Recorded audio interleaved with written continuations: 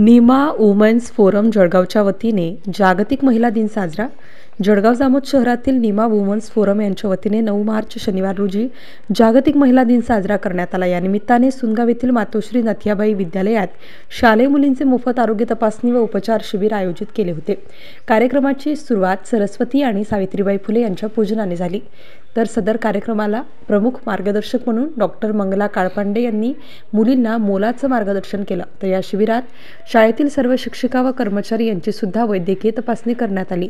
कार्यक्रमाला doctor Vaishali Umarkar, doctor Sangeeta Gattani, doctor Pallavi Dabre, doctor Tejaswini Kaple, Priyanka Bople, doctor Mangesh Badere, doctor Atul Ambadkar, Shrimati Jyoti Daryavsingh Rajput आदी मान्यवर प्रामुख्याने उपस्थित होते. कार्यक्रमाकरिता मातोश्री नाथियाबाई विद्यालयाचे अध्यक्ष प्राध्यापक डॉक्टर कुलदीप सिंग राजपूत, सौ घोटेकर मॅडम तसेच सर्व शिक्षकांनी कर्मचाऱ्यांनी मोलाचं सहकार्य केलं.